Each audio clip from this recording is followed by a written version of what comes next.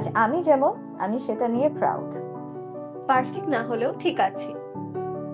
কারণ আমরা জানি রিয়েল হওয়াটাই আসল পাওয়ার। সংসার সামলিয়ে নিজেকে সামলিয়েছি। অনেক কিছু পার করে আমরা এখানে এসেছি। নিজের ভয়কে পাওয়ারে কনভার্ট করে আমাদের নতুন স্টাইল। 2026 সালে আমরা একটাই জিনিস শিখেছি, গিভ টু গেইন। আমরা এখন গ্লো করি, শিখি, ভুল করি, আবার একসাথে উঠে দাঁড়াই।